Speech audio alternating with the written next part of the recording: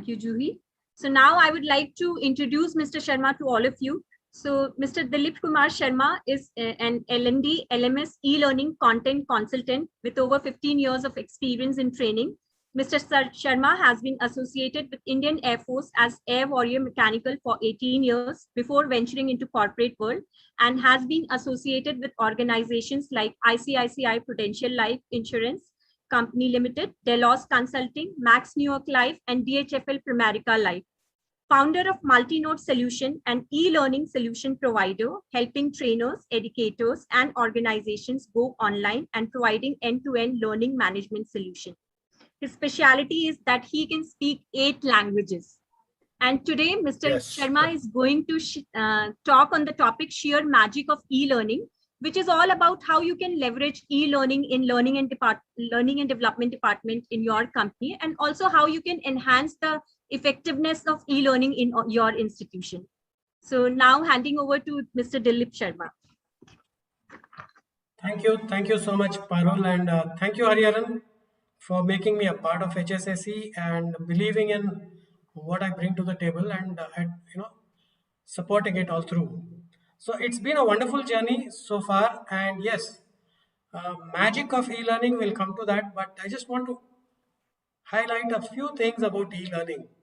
E-learning, a lot of us today are considering as our nemesis, something that would put our use to end. Is a thought that is going around with a lot of trainers in their mind.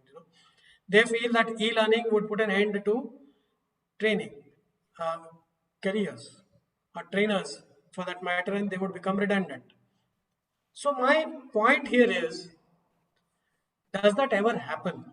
Can training ever be relegated to the back seat? It's not possible. Various organizations, many a times, people have tried doing this, and they've only come back to embrace training and trainers with a much wider open arm.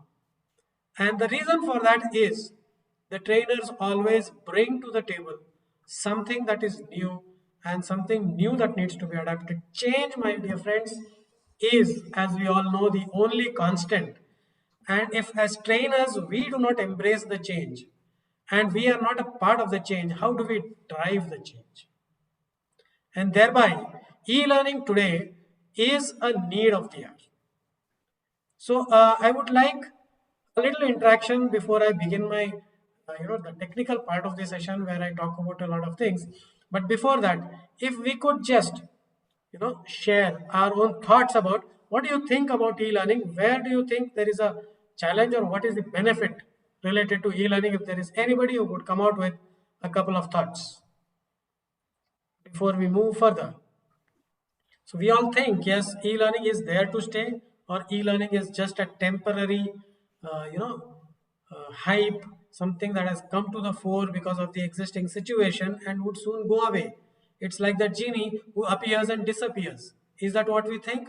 Or is it that, no, this is there, and this is there to ROI of the problem? Very interesting, return of investment. Now this investment is something that is very, very important. Benefit is one can reach maximum number of audience. Yes, Dr. Lata Patil, thank you so much. Mr. Satish Vasudev, ROI, yes, is important. ROI in many ways. So there are various aspects to ROI. Yes, and I do agree. What else? Any other thoughts that you have? Is it our nemesis, or is it something that can help me grow? So e-learning takes care of a lot of things. And next new is going to be hybrid learning. Okay, brilliant. Thank you so much, Anish. Lack of personal touch. Okay, can that be done away with, or can it be taken care of, is something that we need to look at. Thank you, Mr. Satish. Challenge is can't make out impact is done. Brilliant. Thank you for bringing these points. These are specifically the points that help. Very helpful in the current time and future blended. Yes, it is to be blended. It is forced to be only e-learning as of now. E-learning, by the way, doesn't mean just the kind of trainings that we all get to know. E-learning is yet to grow. and there is a lot that can be done. Your imagination and our imagination can make it something much different from what it is. Things that look and appear to be e-learning today are just the beginning. Yes, gamification, engaging, all of this is there. Gamification again is just like that incentive in sales, which can get you to do the right things as well as the wrong things. So gamification uh, can be used and can be abused. Thereby, we need to look at how much and what kind of gamification is incorporated in it. How much of personal touch can I bring into the gamification? So these are just a few thoughts. When we talk about magic, so why are we calling this session today, or my talk today, Magic of E-Learning?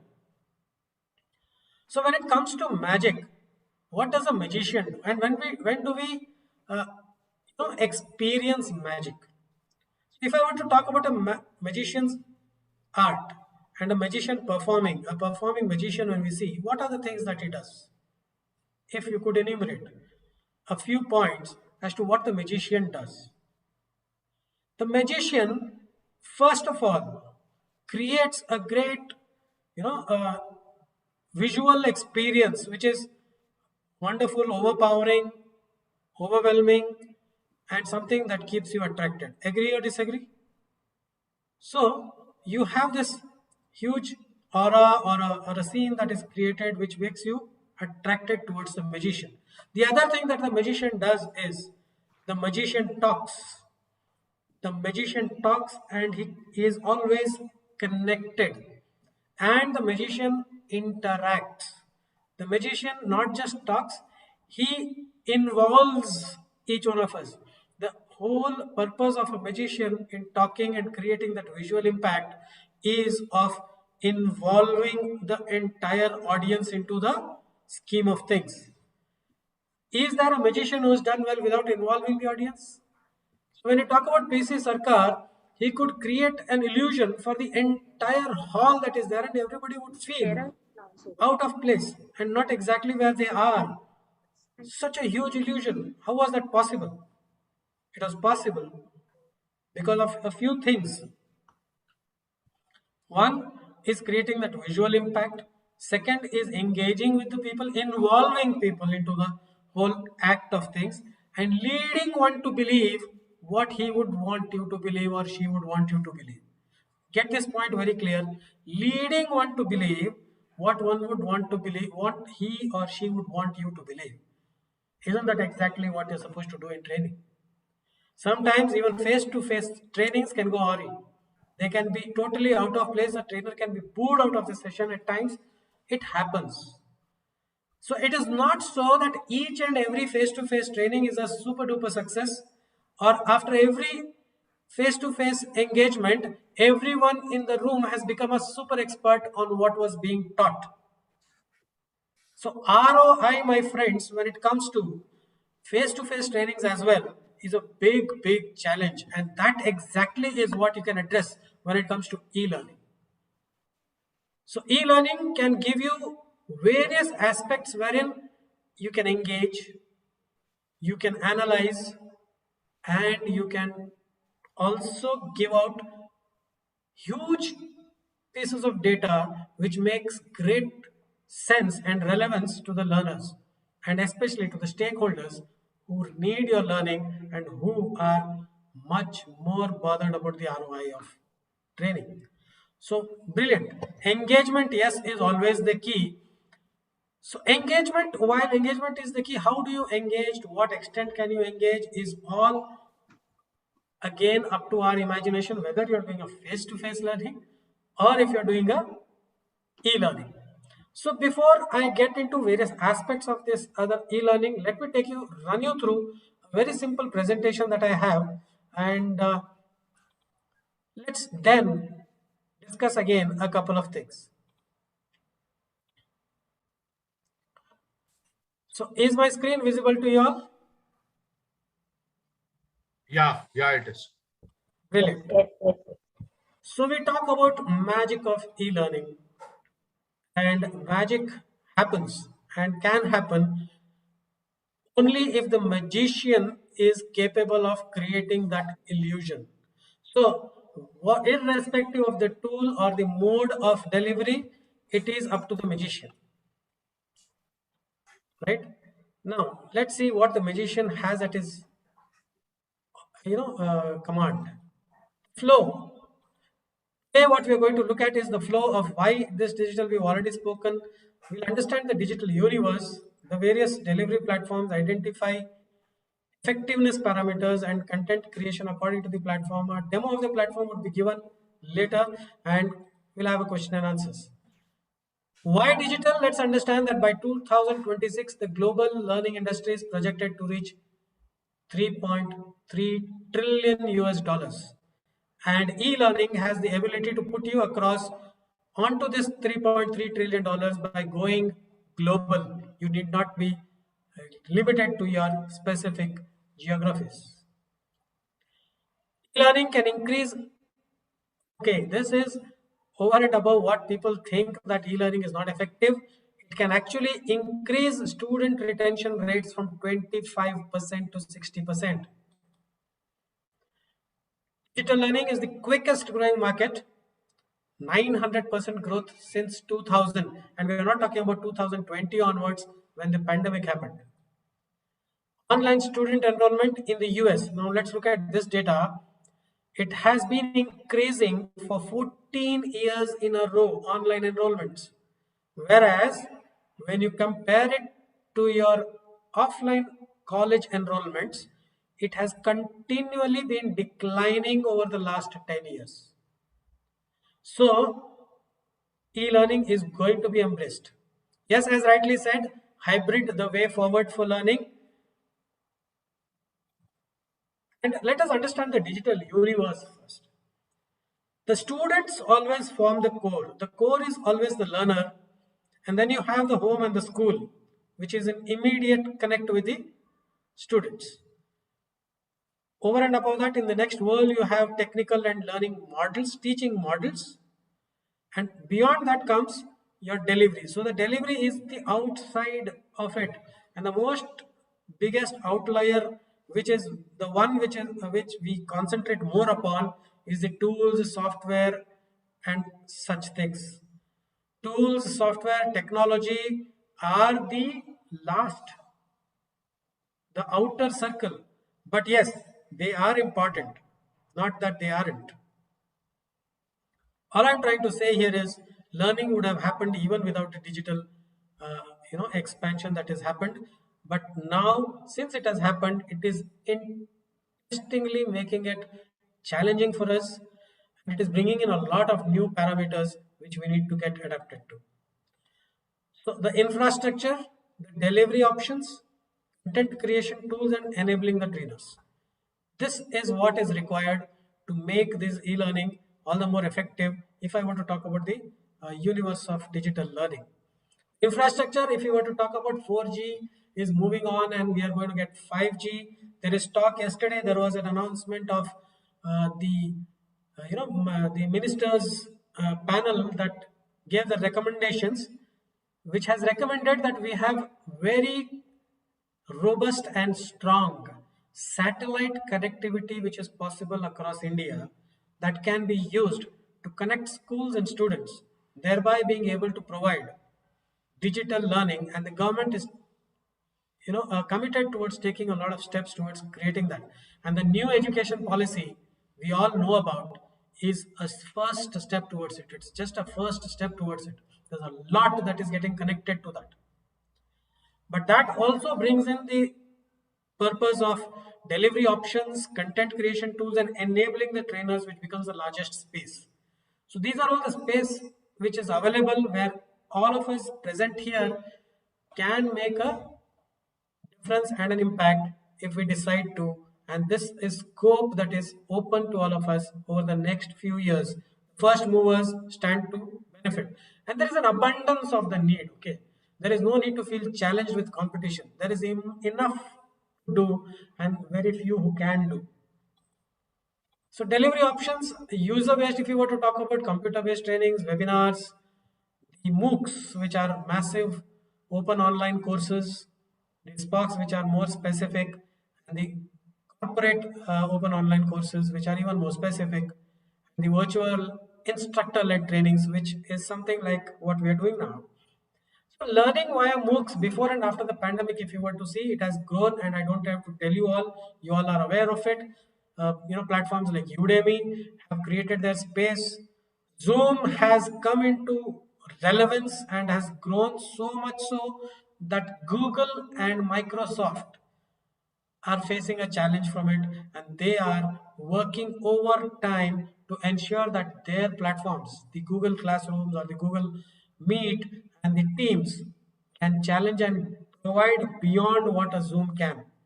The advantage there to Google and Microsoft is that they have various other platforms that can be integrated and give a much more enriching experience to the user. So the news is Windows 11 onwards, the next Microsoft Office, focus is all on Teams as the central core around which all the other applications would work.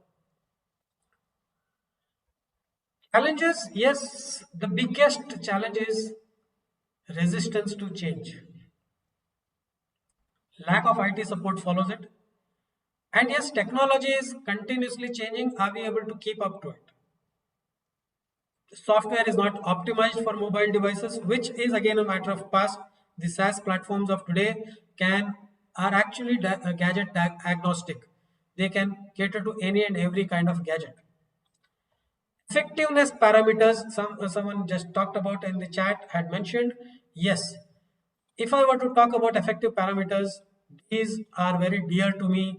And if you look at the first letter of each of these, it forms the word dear.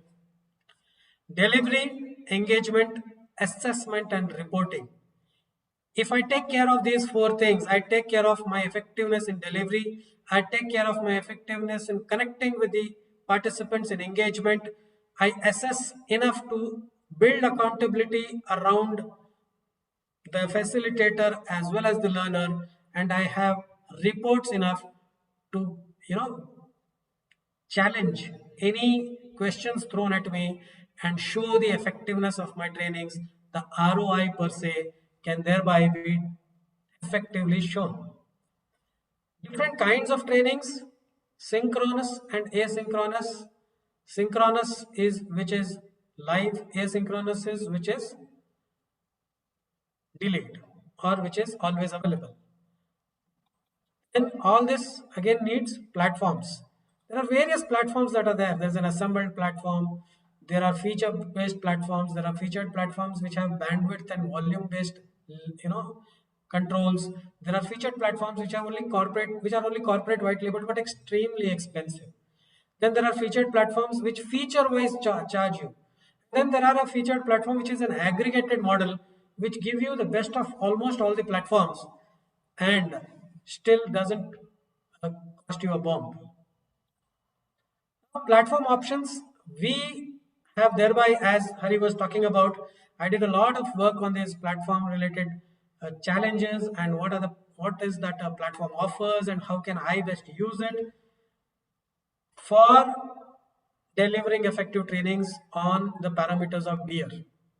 When I looked at it, I arrived at an aggregated model which we work with. I am a partner with them with respect to customer success, and it's a full-blown white labeled featured LMS that can be opted for if you are willing to part with that kind of money. Otherwise, the same features can be provided in an aggregated model.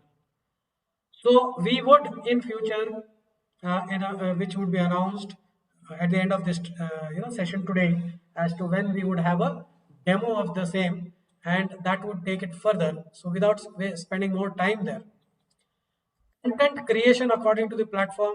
Again, there could be only videos with assessments, quizzes, assessment surveys, videos and content sharing through downloadable documents, webinars and quizzes, only webinars, self-register or assigned, interactive videos, audio, combination of all. Just think about it.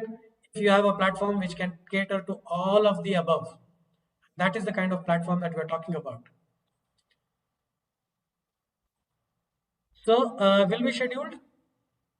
Now, I come to an end to the presentation part of it, and we now get into discussion on the whole. Right? So I suppose in what I spoke about and what I showed you today, I was able to give you a brief picture about what the larger picture is in terms of e-learning and how it's going to progress. What are the various uh, bylanes or other business offshoots that could happen out of it, and one could choose as per one's own choice and get into that niche rather than trying to do everything. And that's where collaboration is key. So when you see me as Multi-Road Solutions collaborating with Hari as HSSE, it is that okay, if I can engage and arrive at what is the best technical way forward and create that technical bring that technical expertise to the table.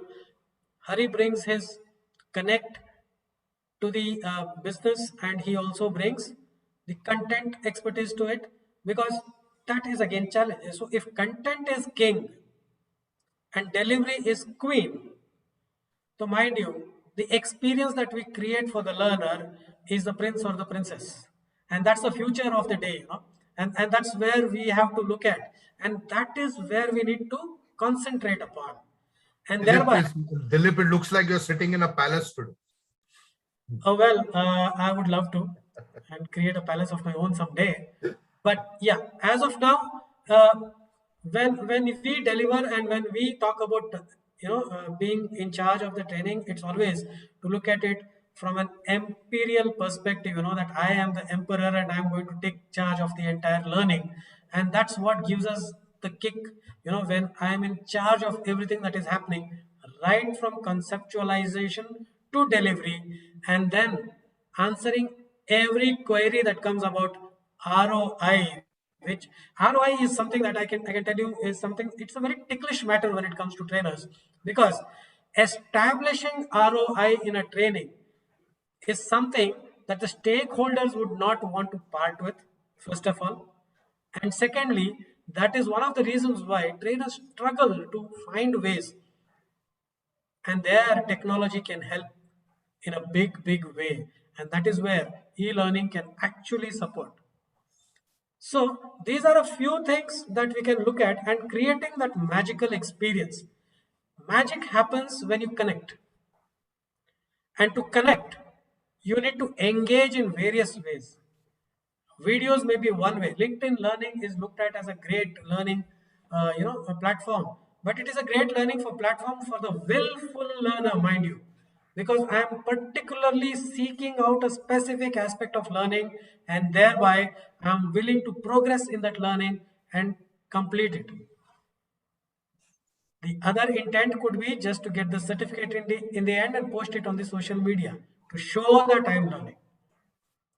But tell me, how will the LinkedIn Learning show how effectively have I learned? How effectively will I be able to apply my learning? And as Hari keeps saying, knowledge is not power, it is applied knowledge that is power. So you might have great potential that can go waste unless it is applied in the right dimensions. And that is what learning is supposed to bring about. And that can only be done through engaging, through ensuring assessments and the right kinds of assessments. Even assessments can be taken for granted, but there are ways in which you can make it more accountable. Accountability is the key there. So how do I create engagement, assessments, and the reports which build accountability, as I said earlier, both in terms of the facilitator as well as the learner? And that is what I would say a win-win for all. And that can be created through blended learning, yes. And this blended learning, it can actually go on for years, months, days, depending upon the content that we want to deliver and the objective that is at hand. And does your platform support it? So one begins with the platform when one wants to get into the digital world. My suggestion would be, first look at your strengths, look at the areas that you would want to get into, collate, put that all together, build your strengths on that, and then say, now let me see a platform which allows me to do this. And that is an approach which will give me the right platform and see, because platforms abound. It is just like the option of cars or scooters that are available in the market. I wish to own the top end car, but can I afford it is one question. And even if I afford it, will I drive it then? Because then what would happen is I would be mindful of every little scratch or dent that would fall on it.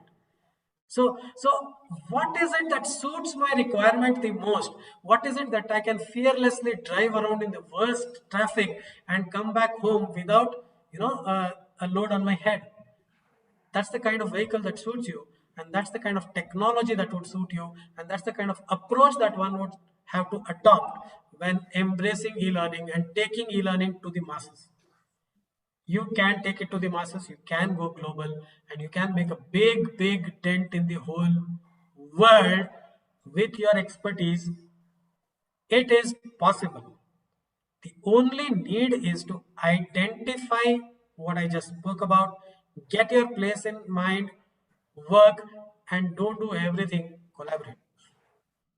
Don't try to do everything, because 24 hours a day, 365 days a year, and I don't know how many years. That's the variable that is attached to our lives. Thereby, it makes sense to start working with collaboration. After finding the right way or people that you can collaborate with, you always have the option to collaborate more and more, right? Nobody stops you from that. And you always have, the attachment and detachment aspect of it, which always happens. So like-hearted is something that Hari talked about. That only happens when there is a, possibility of adaptation at both ends. Okay, if not, तो ठीक है यार, you can always move on. Nobody stops you, right?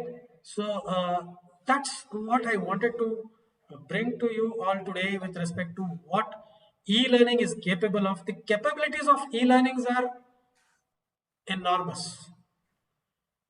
The way in which it will be utilized is what matters. See, so how many of us would have initially thought that a auto rickshaw would do more than what an auto rickshaw actually does? So an auto rickshaw, or a tuk-tuk as they call it in Thai, is today a food, if I were to say, a food truck in most places. Has been, adapted to work as a food truck in most places. A car became a pickup. They reduced the cabin size, gave a luggage space to it, and it becomes a pickup. So the chassis remains the same. You see, so the base remains the same. It is your innovation, it's your ability to experiment, and it's your willingness to go further that creates new things. And it is these new things that are always catching. Just think about Ola today. Is just about to roll out their electric scooters. What did they start off as? And their electrical scooter factory is one of the largest factory in the world, capable of delivering 1 million scooters a month. Anybody would have thought of Ola, of all people, doing something like this? Uber still remains Uber. So the need to move on, grow, that doesn't stop Ola's existing business in any way. That does not, impact their existing work in any way. That remains as is. So whatever you try to do in your e-learning space, it works as propaganda for you. It talks about an effective trainer who's capable of reaching out. So if I want to experience you in person, I would do so. Just because I watch live performances on television or live matches on television, how many of us would want to forego a chance to get into a live concert or a live cricket match? So your business doesn't go anywhere. Your existing work remains where it is. It doesn't go away. You only become better and better. You only grow more and more, and you only reach out that much more. So thereby, my only appeal to each one of you here is embrace e-learning to the fullest. Also, give to e-learning what you can, thereby grow, help people grow, because we have just one life. You only live once, make the most of it. Thank you so much.